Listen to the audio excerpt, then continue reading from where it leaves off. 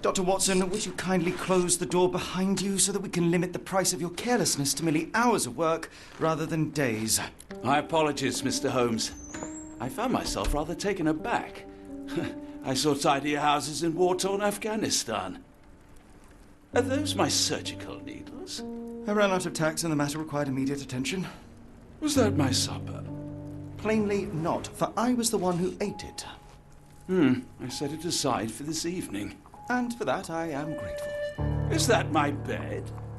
Watson, since you've proven yourself a master of observation, might I ask you to apply your skills to a more pertinent question? Namely, the whereabouts of today's newspapers. They are the key to everything. The newsboy is usually reliable. Medically speaking, I often find that the key to everything is good sleep. In a bed. Your papers are here, on the table. Let us see what the postman brought today.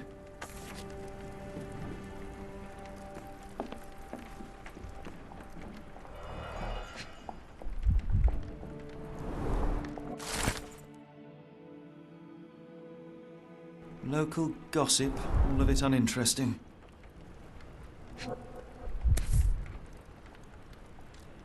Your order from Barnes' bookshop has arrived, Doctor. Barnes insists on delivering the books to our door, even though we could easily walk to his shop. That's good service. Another letter from Werner. I never reply, but they keep coming.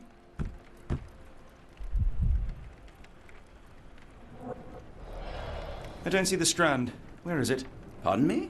I am on the precipice of uncovering a pattern of crime across London spanning many months and involving many men. The missing paper cannot be a coincidence. That's preposterous. My dear fellow, life is infinitely stranger than anything which the mind of man can invent. Well, life used your newspaper to wipe its posterior, so after that unpleasant discovery this morning, I disposed of it. But in lieu of the Strand, perhaps I can deliver you something equally tantalizing. I have just returned from a patient of mine, Captain Stemwick, who... No, that will not do. Grab your coat, Dr. Watson. Let us hope nobody has collected the dustbin.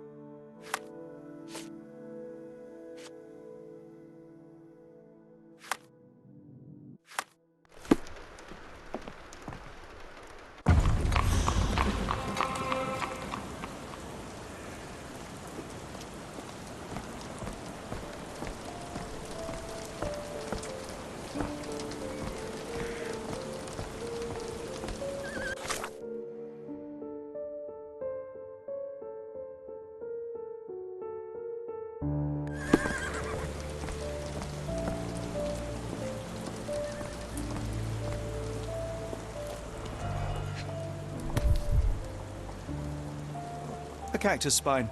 If it gets in your skin, it's awfully tricky to remove, and when laced with poison, the perfect assassination tool.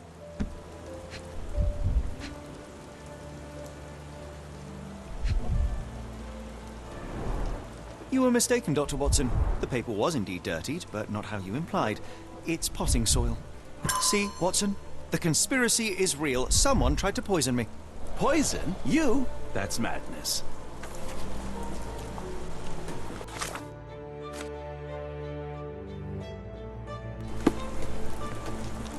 Do you even have enemies that would want to kill you? Okay, perhaps from Cordona. Get the Strand! Get your copy of the Strand here! Sorry, Mr. Holmes. I just sold my last paper. Blast. Then why are you still here? Boss pays by the hour. No sense in returning early. You're a bright child. I presume you see everything that goes on around here? Nothing gets past me, mister. Then tell me, did you notice anyone suspicious at my door this morning?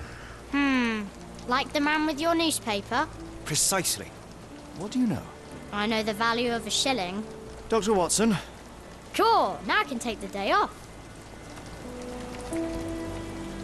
Did you see what he was up to? Nah, not really. I saw him approaching your house, but I had a customer. Then there's a loud bang. I ducked down. Not because I was scared, because I wasn't. I had to protect the merchandise. And all I could see was him kneeling at your door. Can you describe the man you saw? He was carrying a lot of books. Up to his chin they were. Never heard of a well-read assassin. Looks can deceive. Hence the appeal of disguises. Which way did he go? Not sure. I was distracted by customers. Sorry. All right. You earned your shilling. That'll be all.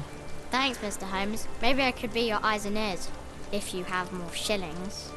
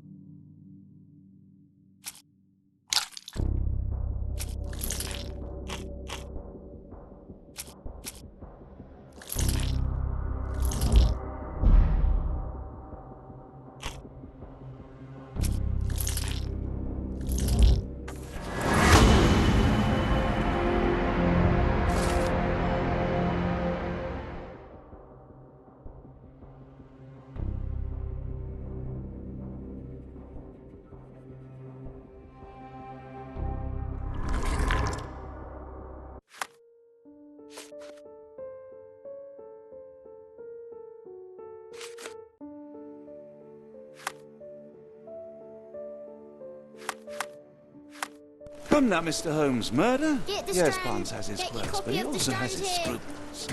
How Not about every that pawn Vogel knows fellow? it's He part of seems a game. rather obsessed with you. Would he do something like this? Get the Strand. Get your copy of the Strand here.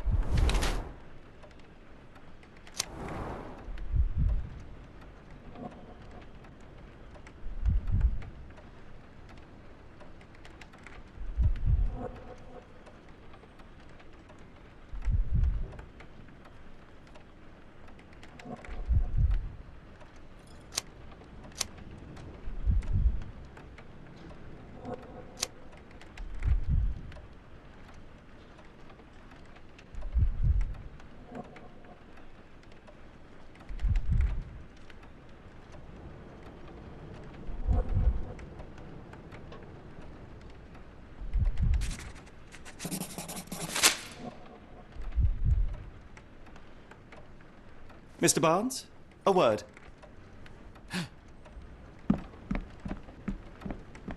Oh, for goodness sake.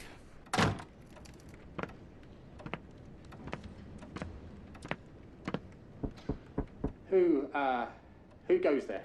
Sherlock Holmes. Now will you please... Mr. Holmes. Golly, I did not see you come in.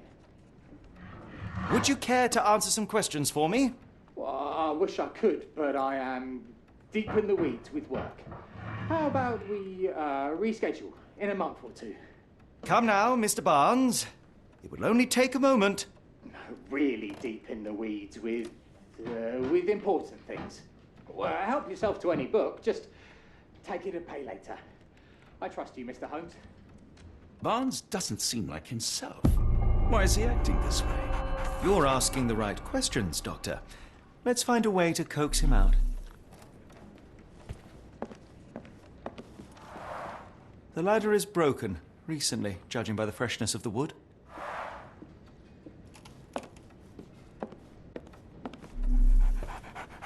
So, Barnes has a dog now. Who's a good boy?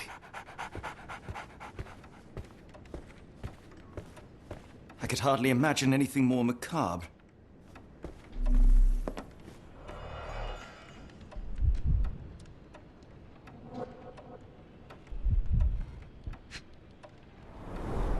Basics of cryptoanalysis, cryptography in Egypt. It appears Barnes has an interesting hobby.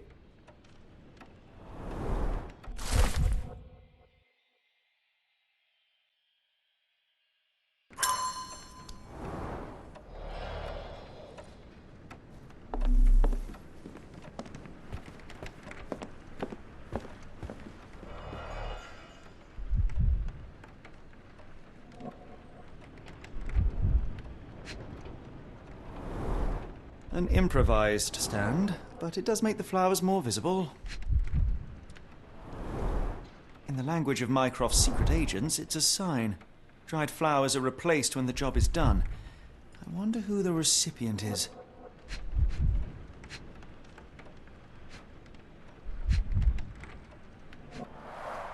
The finest view London has to offer.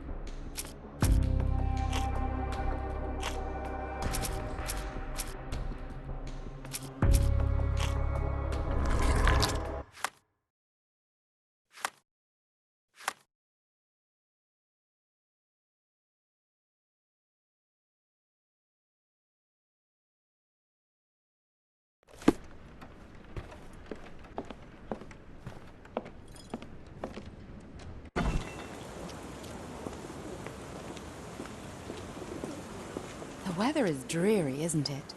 To be fair, my flowers could use the rainfall. Hello there. What's your name? Lily, I know, not very original.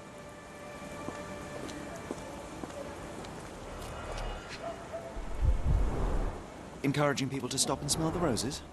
Our national emblem. God save the Queen. It must take patience and care to produce a bloom so beautiful. I imagine so. I merely sell them. Familiar spine? Is this what I found in my dustbin? The pot is damaged. The blow was severe, but softened by something.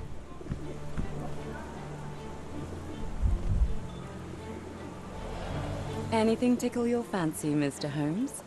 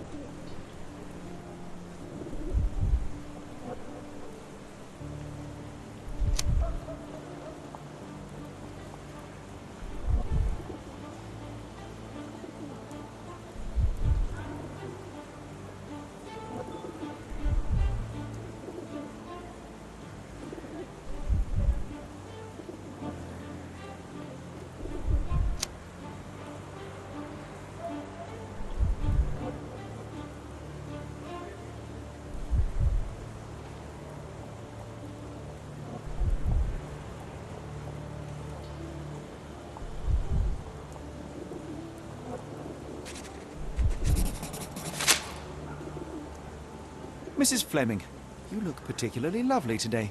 Is there a reason? Does a woman need a reason to look or feel beautiful? No, but your distant look suggests you seek one man's gaze in particular. Who told you that? Nobody. Merely a keen eye and some simple deduction. Well, I'll kindly ask you to keep your keen eye to yourself, Mr. Holmes.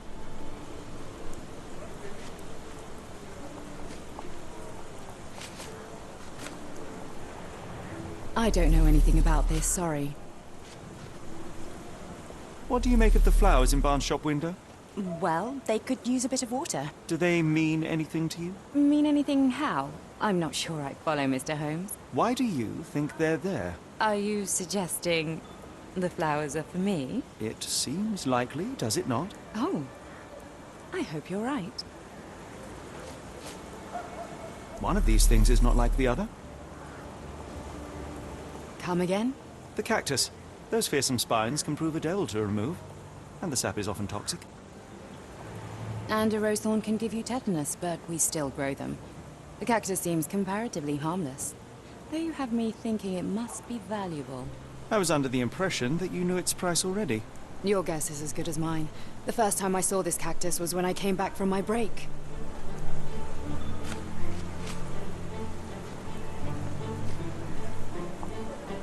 I'm afraid I can't help with that, Mr. Holmes. I don't know anything about this, sorry. I don't know anything about this, sorry. Are you familiar with Mr. Barnes? Yes, no, not really. Well, in a way. What on earth does that mean? I know who he is, of course, but we haven't shared much more than a look. A look? Yes. Each morning I go for a walk in the park with my dog, and most days I spot Mr. Barnes there with his new puppy. So we see each other. Actually, we once met briefly while our dogs played. He was quiet and seemed unsteady as he approached. But since then, we've never spoken. I often see him staring through the shop window. Sometimes I wonder what he thinks about that would etch such longing onto his face.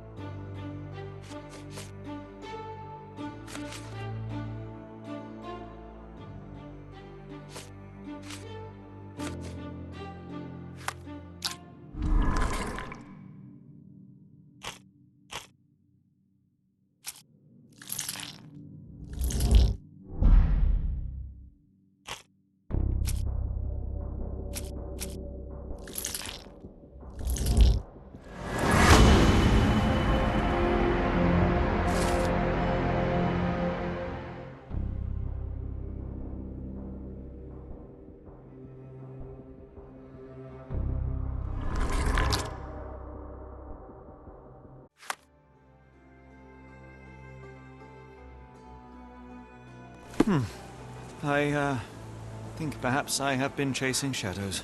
Do not despair, Mr. Holmes. Even the best of us make mistakes. We better tell Mr. Barnes what we've learned.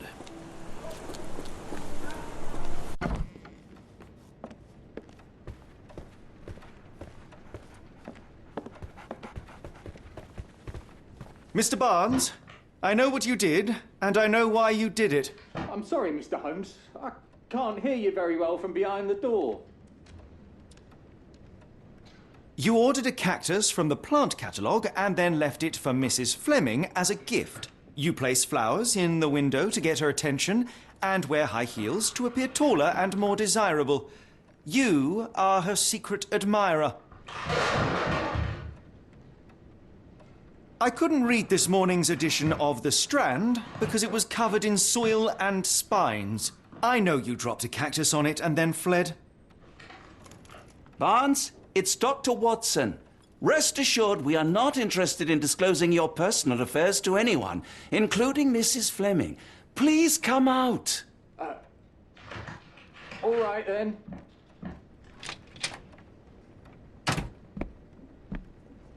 So, you know what happened then? I was on my way back from the post office, having picked up the cactus and some books. It was quite an awkward package, heavy too, and when I got to your door, I dropped the cactus and your paper. Forgive me. I needed that paper to prove a theory and prevent a crime. Your actions were rather disruptive. Your clumsiness carrying the post is matched only by the clumsiness of your romantic gesture. Oh, it's true. I am useless with this sort of thing. I'm not even sure if Mrs. Fleming noticed.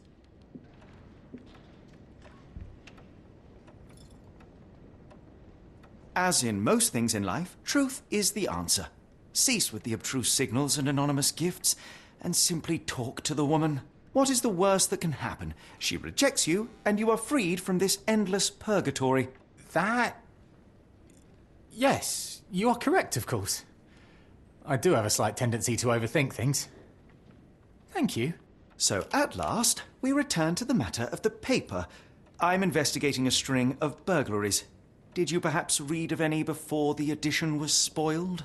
I don't recall, but you're welcome to read our copy for yourself. You had an issue of The Strand here all along? Well, naturally. I am a bookseller. I have a subscription to every magazine and newspaper in London. So you ought to be familiar with the concept of burying the lead. Oh no, my apologies, Mr. Holmes. I'll make it up to you however I can. I am an expert on obscure languages and translation and Yes, okay. Just give me the paper.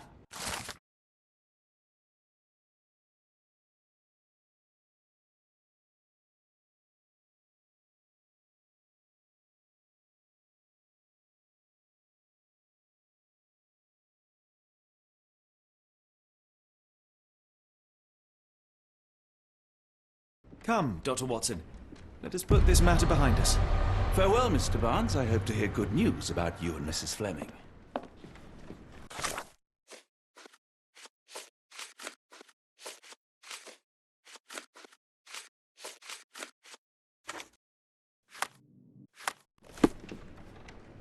Well, that was an utter waste of time.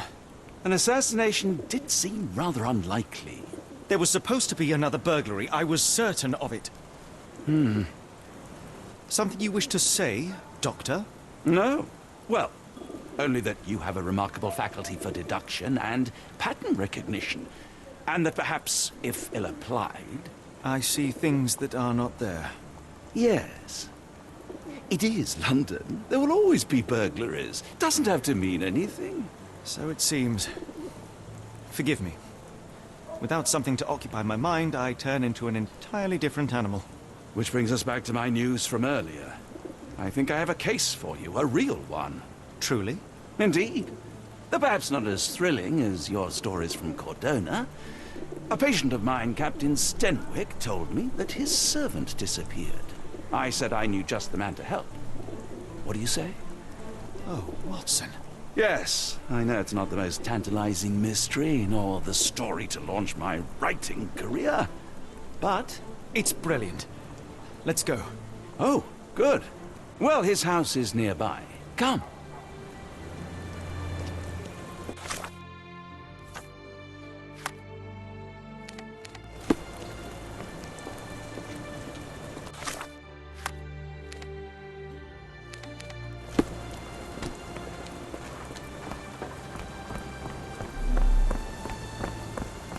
Not much further now.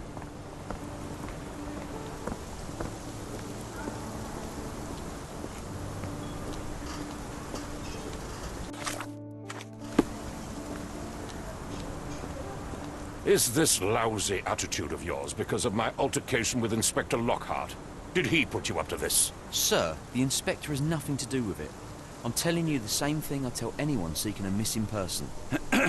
Good day, gentlemen. Forgive the intrusion. Captain Stenwick, this is my colleague Sherlock Holmes, the consulting detective I told you about. At last, a professional.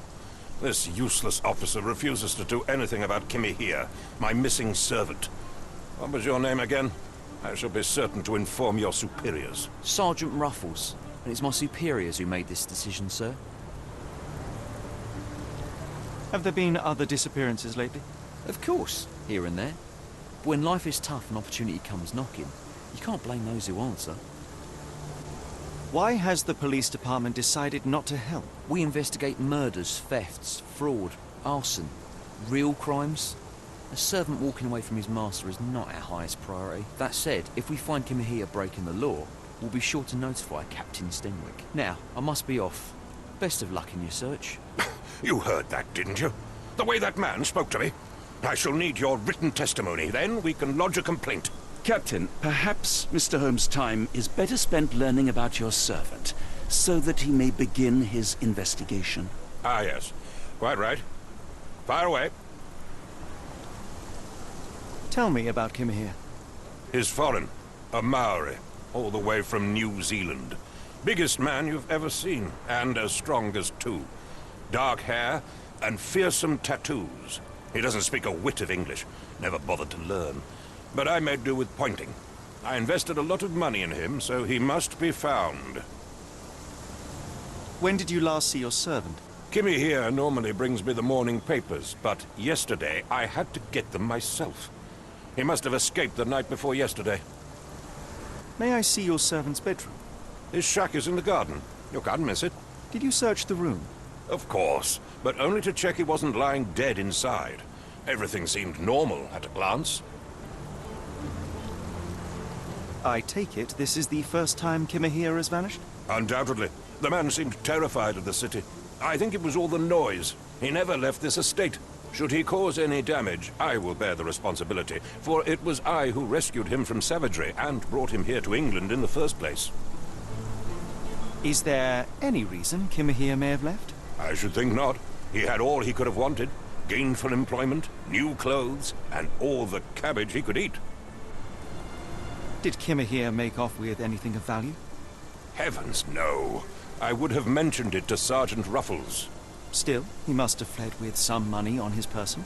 No. I kept his wages in my safe. For security. All right, Captain. I think I have enough to get started. We shall first take a look around the mansion. Go ahead. I'll be here, mentally drafting my complaint.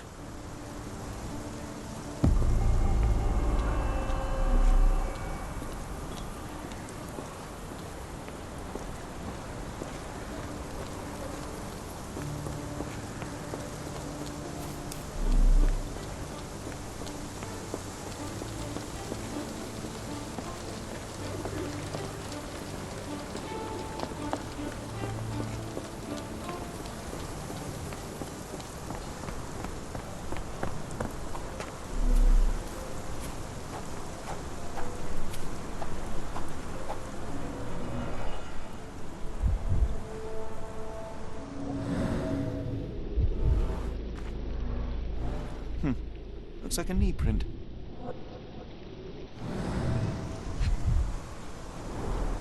Chewing tobacco.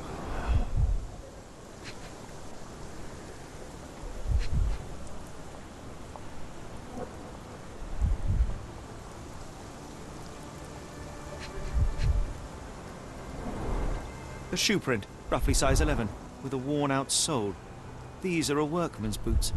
Someone knelt here. The amount of chewing tobacco suggests they were waiting a while. Amazing, Mr. Holmes, to read the ground like an open book.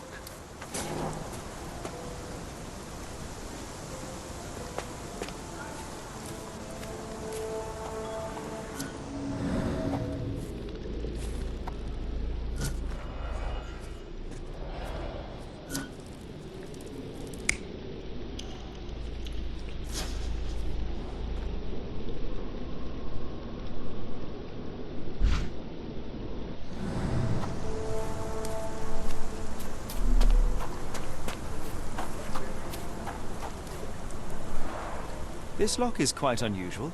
It appears that the key should be bent to the right.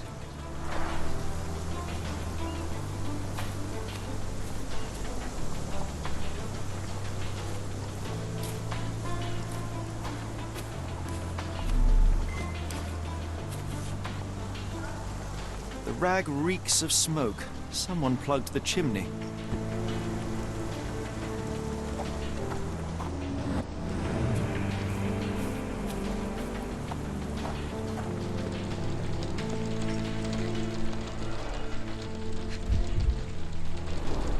A scrap of Hessian.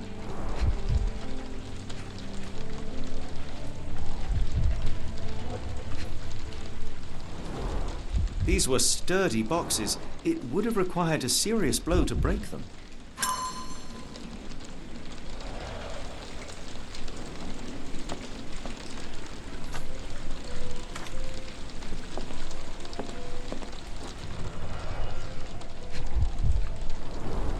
Impressive. The sack of grain retained the shape of an impact. Someone hit their head here.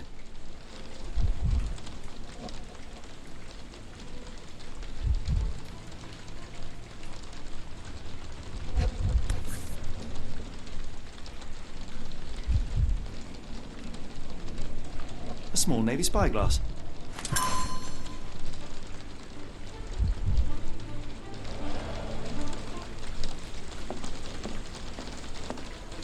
No air coming through it. Mutton chops, the remains of a meal.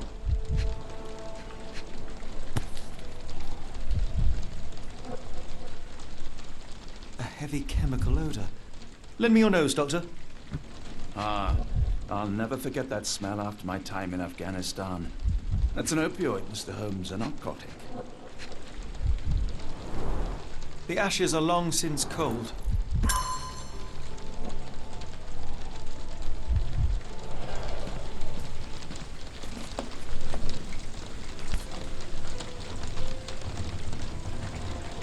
A Maori nose flute. Ngurus, they're called. Clothes made of Hessian. Is Sten really so miserly?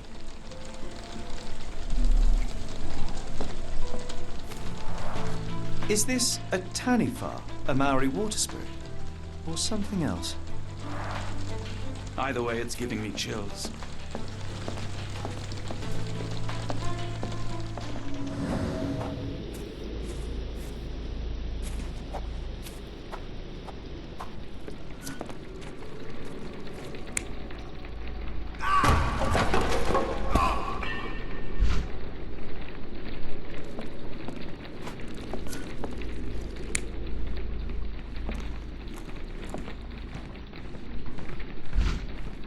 No air coming through it.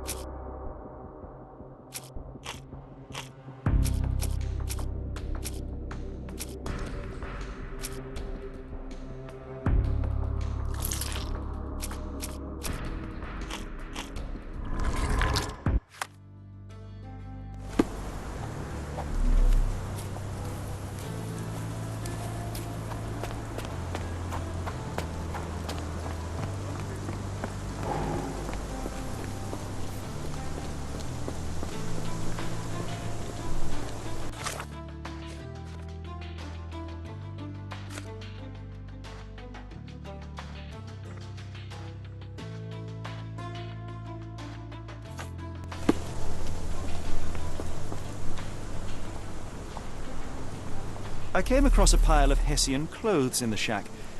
Are they Kimahere's? Yes. I had to give him something to clothe himself. He seemed unfazed by his bare skin, but I found it distracting. Are you joking? Why would I know this? Is this spyglass familiar? I don't recognize it. Could it be Kimahere's, perhaps? I doubt it. I never saw him with it, nor could I suggest how he might have come by it. I thought you were meant to be intelligent. The door to your garden has an interesting lock. Yes, I have uncommon locks on every door of my mansion. It makes them harder to pick. Kimmy here and I both had a set of keys. I'll need to borrow them. No, you'll need to do what I tell you to do. Examine the garden. I thought you were meant to be intelligent. Are you joking? Why would I know this? Do you happen to know Kimahere's shoe size? I wouldn't have the foggiest. But I'm sure it was enormous. Not that it matters. He spent his life barefoot. Despite my best efforts, he simply did not take to shoes. Has Kimahere ever indulged in tobacco? No, the man doesn't even drink. Are you certain? I found chewing tobacco in the garden. I controlled Kimahere's expenses since he struggled with the currency. I would have known if he used tobacco.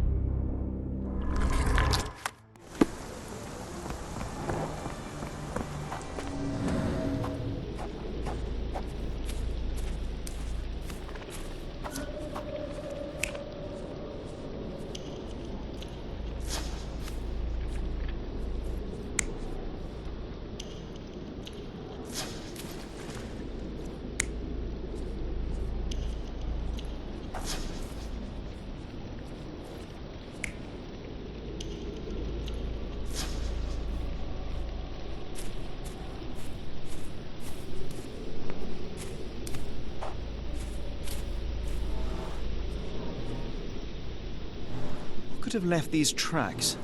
They seem fresh.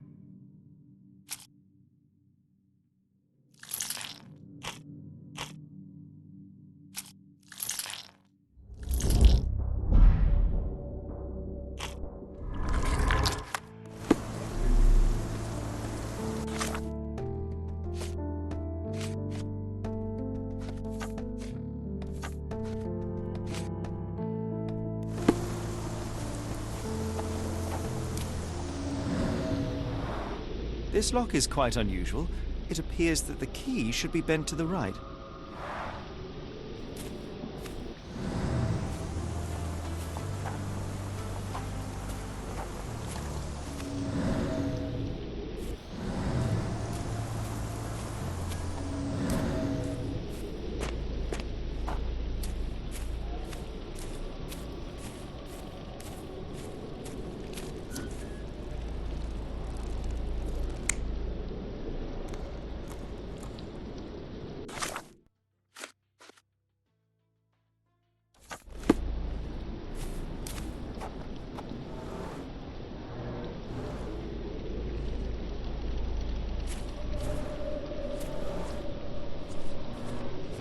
Someone moved a cart to this spot and then took it elsewhere. Can't see it anywhere in the garden.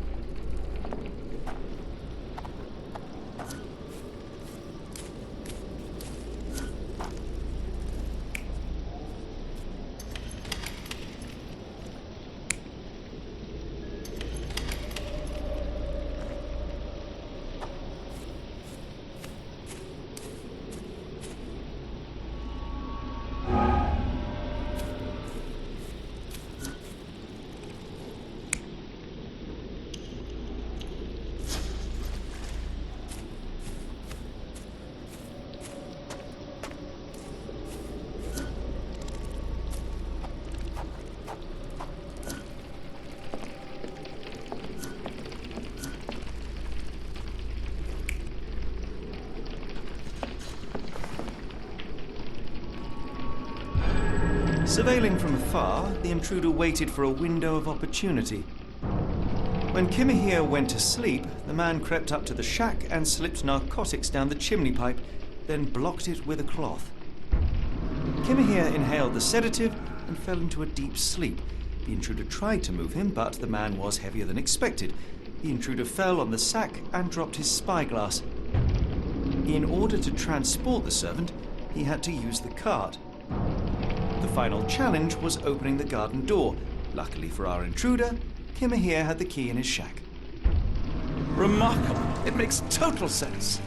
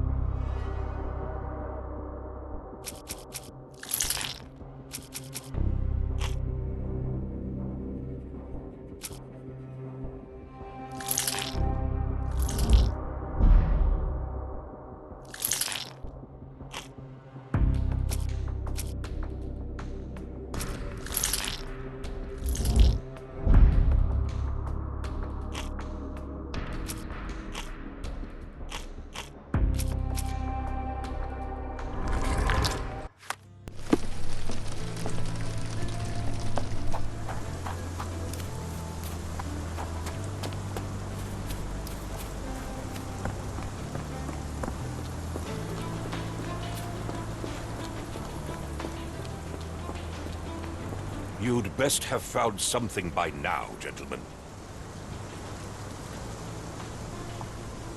You said that you checked the shack earlier. Did you notice the cart tracks near it? Now, one ought to expect a servant to make regular use of such a thing. Indeed, I would have overlooked the detail were it not for the cart's absence. If, as you say, Kimahir never leaves your estate, then where did it go?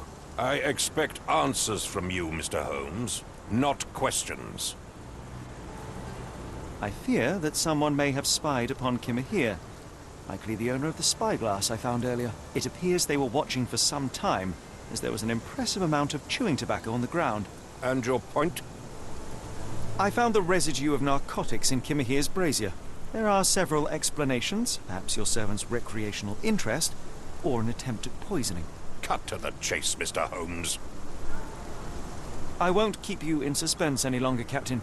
Kimahir was abducted by the owner of the spyglass. When your servant fell asleep, he slipped a narcotic into Kimahir's brazier to make him sleep even more soundly. In order to carry a man as large as Kimahir, the intruder stole the cart and rolled him right out of your garden.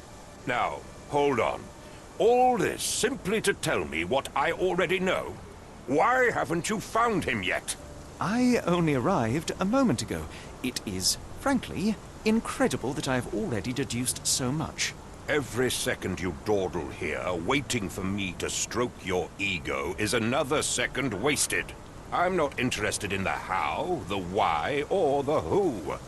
I am only interested in recovering my investment. Spare me the claptrap, boy, and go and fetch my servant.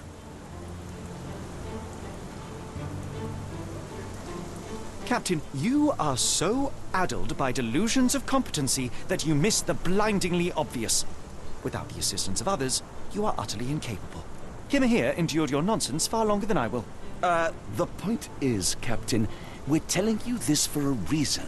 The intruder fled through the garden door, and we need a key to follow his trail.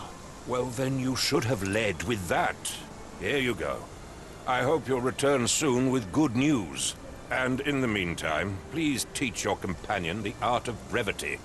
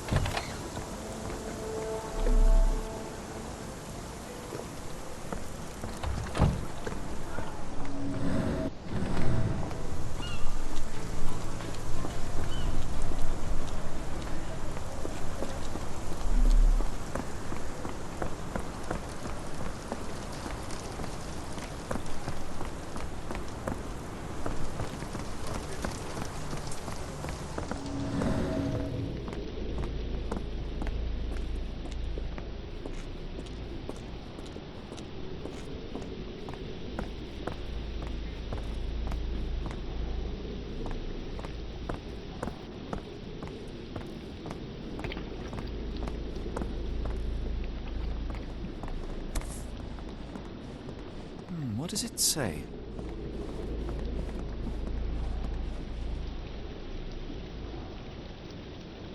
What does it say?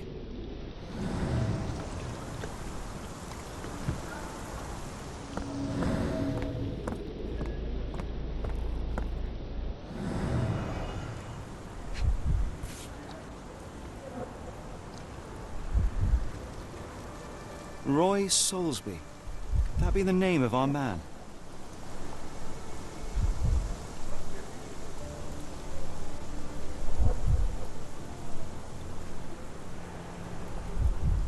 A strange substance.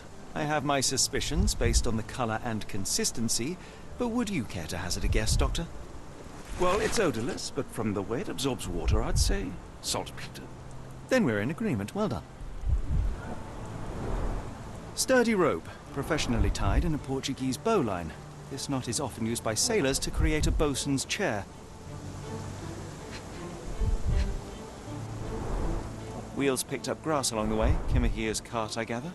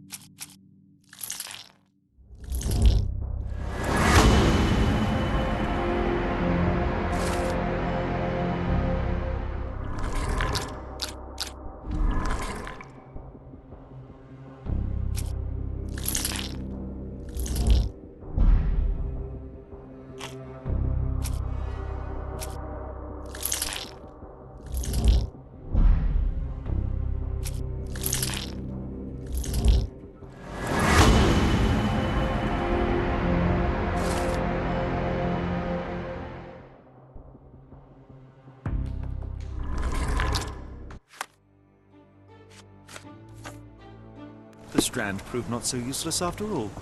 The saltpeter accident. Doctor, do you recall? The Port of London, of course. The footwear, the spyglass. Indeed. We shall need to take a cab there.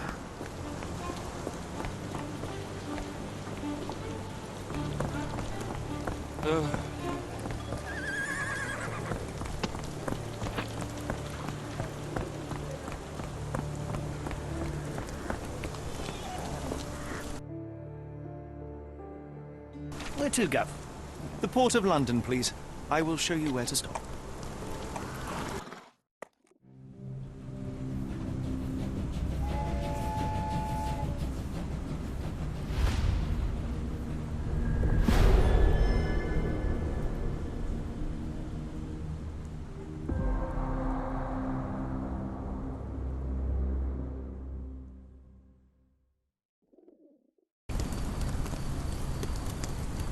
Mr. Holmes, what a compelling mystery we have stumbled upon. Perhaps I have the premise of my next novel. One kidnapping does not a story make. Stop! A black cat crossed before us. It's a bad omen. I do not take you for the superstitious type, Doctor. Such things are mere fantasies, tricks of a feeble mind. One imagines a physician would keep a surer footing in reality. Perhaps. Before the war, my time abroad was difficult. Once, I came across an Afghan, bleeding, who I could not save. He pressed a rosary into my hand.